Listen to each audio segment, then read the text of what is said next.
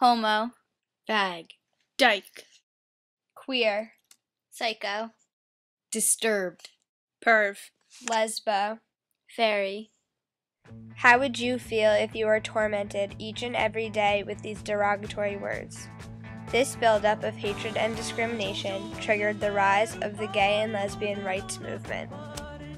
Gays made their first strive in 1962 when Illinois became the first state to legalize homosexual acts among adults in private.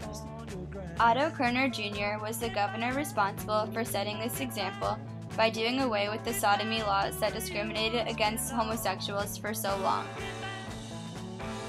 Once it became clear that the gay movement was picking up momentum, those who opposed this began giving talks to young students to engrave in their minds that being a homosexual was wrong. In these speeches, gays were unjustly portrayed to discourage that type of behavior. There may be some in this auditorium. There may be some here today that will be homosexual in the future. There are a lot of kids here. There may be some girls that'll turn lesbian. We don't know. But it's serious. Don't kid yourselves about it. They can be anywhere. They can be judges, lawyers. We ought to know we've arrested all of them. So if any one of you have let yourself become involved with an adult homosexual or with another boy, and you're doing this on a regular basis, you better stop quick. Because 1 out of 3 of you will turn queer. And if we catch you involved with a homosexual, your parents are going to know about it first. And you will be caught. Don't think you won't be caught. Because this is one thing you cannot get away with. This is one thing that if you don't get caught by us, you'll be caught by yourself. And the rest of your life will be a living hell.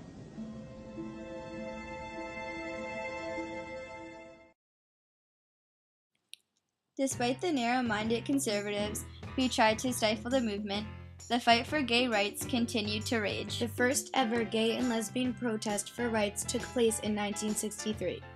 Here, members of the Homosexual League of New York, as well as heterosexual members of the League for Sexual Freedom, gathered outside New York City's Whitehall Induction Center.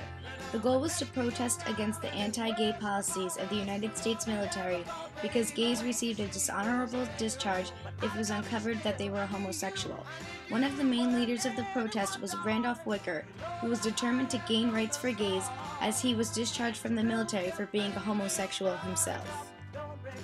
2 years later, Wicker helped a fellow activist, Frank Kameny, to organize another event called the Homosexual Reminder Days.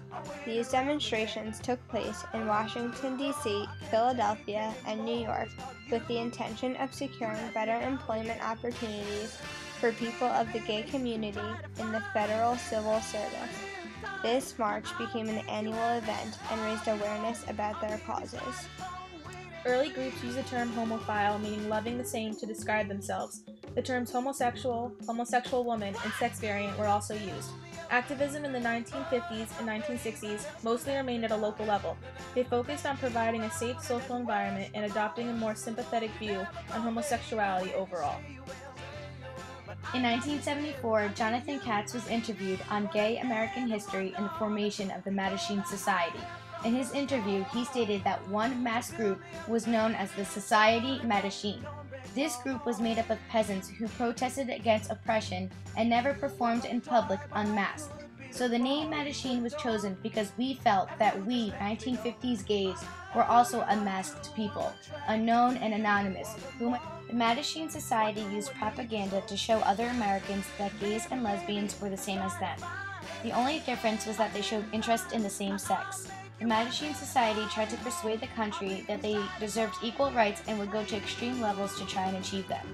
The Mattachine Society's mission statement consisted of unifying homosexuals who were isolated from their own kind, educate homosexuals and heterosexuals toward culturally and ethnically different homosexuals, have homosexuals who were socially informed to provide leadership to those who are different, and assist gays who are victimized daily as a result of cruelty. Anyone, darling, you know that I have from the start. So build me up, The Stonewall Uprising took place on June 28, 1969. Stonewall was a gay bar that was targeted by the police for their illegal actions of homosexuality. A riot broke out between the police and the gay and lesbians who were at the bar. Most people at the bar were beaten, and some were even arrested.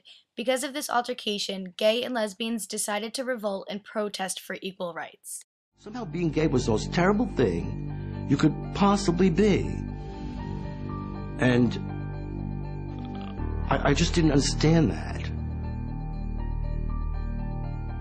The CBS News Public Opinion Survey indicates that sentiment is against permitting homosexual relationships between consenting adults without legal punishment. There was no such thing as coming out or being out. Just the very idea of being out it was ludicrous. People talk about being in and out now. There was no out. There was just in. The Stonewall pulled in everyone from every part of gay life. What was so good about the Stonewall was you could dance slow there. You couldn't show any affection out in the street. We were at the back of the room, and the lights went on. So everybody stopped what they were doing. The police started coming in, raiding the bar. The place is under arrest. When you exit, have some identification, and it'll be over in a short time. This time they said, we're not going. That's it. We're not going. Something snapped. It's like, this is not right. What are we being beat up for? You know, for wanting to dance? I was not going to allow them to keep oppressing me, and if I was going to go down, I was going to go down fighting. All of a sudden, pandemonium broke loose. For the first time, we weren't letting ourselves be carted off to jails. We weren't letting ourselves be cowed and intimidated. Gay people were actually fighting back. It was thrilling. It was the only time I was in gladiatorial sport that, you know, I stood up in. I was proud. I was a man. In the civil rights movement, we ran from the police. In the peace movement, we ran from the police. That night, the police ran from us, and it was fantastic. The Daughters of Bilitis were the first lesbian rights organization that was established in San Francisco, California in 1955. Del Martin and Phyllis Lyon were a lesbian couple who started this organization to reach out to others of their kind. The two attempted to publish an article in a newspaper reaching out for the communication to other lesbians. Since these acts were illegal, Lyons and Martin published statistics and information on lesbians and gays and handed out many copies to other women. They were later published, being the first nationally distributed lesbian publication in the United States. In 1956, these publications became known as the Ladder. If it wasn't for the risks that these people took in the 1960s, the gay and lesbian movement would not be as advanced as it is today.